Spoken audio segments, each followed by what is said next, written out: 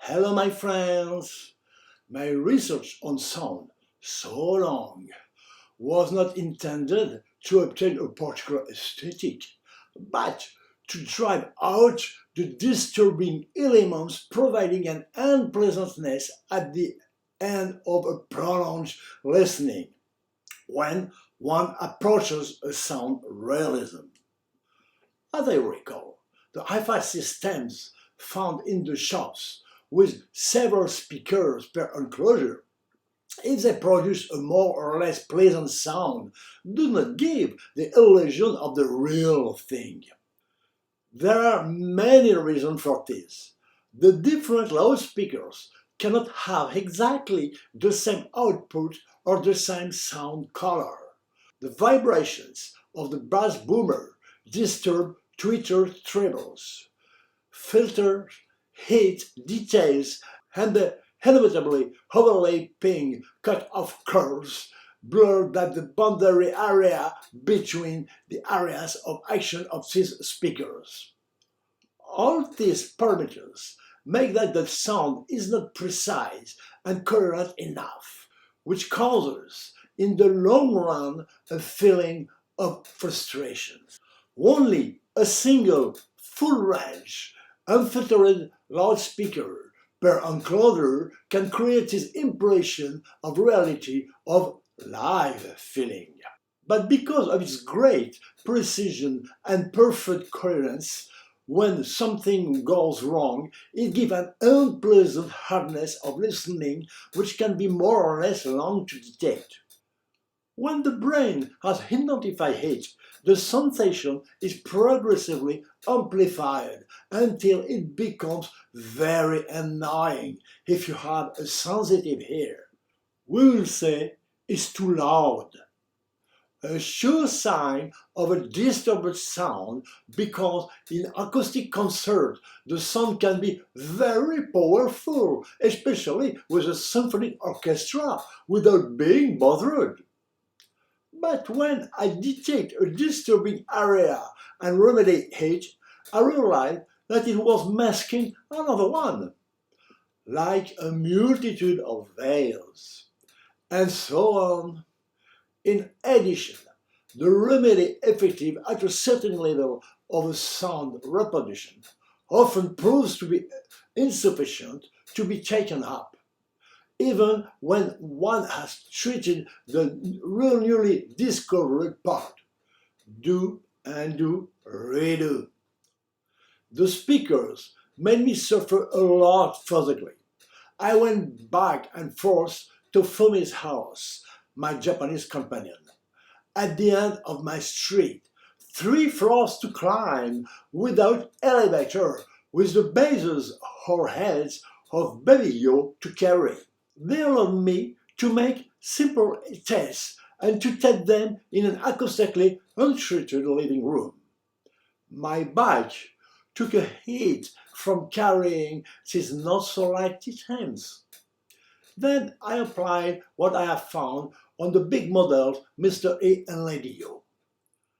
I had to start over dozens and dozens of times before I succeeded. Finally, I managed to develop Mr. A and Lady O by not putting any absorbent material inside as found in most commercial speakers. But I had to find a very complex structure suppressing the parasiting standing waves and producing a realistic bass level. In addition, everything, including the handmade silver connecting cables soldered directly to the speakers, is covered with a kind of varnish that I discovered outside the world of acoustics and that cover the all rooms. Depending on the place, I had to apply this glossy or matte varnish, which acts on the even or odd harmonics to balance them. And of course, it took me a lot of concentrated listening in the dark, followed by more or less fruitful experimentations before I ended up with this so extraordinary sound. I called it your energy, hence Mr. E. LDO. And it is because of the heavenly sensation of supreme happiness it brings that it's so extraordinary. It is the so subtle energy of harmonics. It was not by analyzing the book of Revelation that I succeeded in this feat, but at the cost of many painful reflection, observation, and experiments. Comparison with commercially available CDs, even well-recorded ones, especially in great music, was my working basis, but insufficient in terms of the subtleties of natural sound. These recordings are generally compressed and use cable for the microphone, which do not satisfy me. For a long time, I wanted to record without compression good musician in my room. I wanted to verify my theory on the reproduction of sound of the greatest possible realism with very high fidelity. To record and reproduce in the same place, which is never done, with a system where the coherence was pushed to its extreme, where everything was conceived in this perspective. My taste over the years had shown me that when music is reproduced with such realism, it provokes physical effects of great enjoyment, far superior to listening to a non-amplified concert. This has been widely proven to me with the connection session in the Extasium that I experience every night. A heavenly sound. This means that by listening to it, I am transported to a dimension of absolute enjoyment and happiness that can be called paradise. One evening, I went to listen to a concert given in the chapel of the Henry IV High School in Paris by the vocal quintet Camera C. The singers had a very fine 16th century repertoire. A few days later, I was able to record them at home, which made me discover and remove other acoustic defects of the rooms by listening to their theses made in the same place. When they came to discover their sound, thus reproduced, they were very impressed with realism. But I still perceived some very subtle hardness. Shortly afterwards, I was able to record a string quartet, L and G, which had just given a concert at the Centre National des Arts et Métiers, a large engineering school.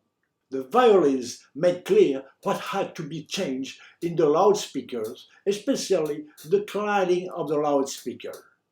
When Fabrice, one of the musicians, came to hear what it sounded like in the room, I asked him to bring his violin and play the same score as the one we were listening to from the speakers.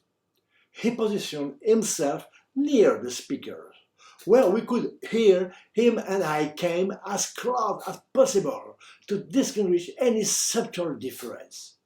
There were none. No difference at all. So much so that I would look at him as time to see if he was playing well. He himself has seen this. At the same time, I had the answer to the big questions that divides audiophiles: tubes amps or transistor amps. As I use a transistor amp that I believed for a long time to be more realistic, I finally had the answer to this question, and I was confident in my choice. I recognize, however, that the tube amps are very pleasant in a particular installation, because their fluidity smoothes out the roughness of the sound, and that to obtain a sound that restores the sound truth with the transistor amps is much more difficult. The closer you get to sound reality, the more the defects, not only of the hi-fi system, but also of the acoustics of the room, are apparent and annoying, giving a harshness to the music. I had to make a complete room to achieve it.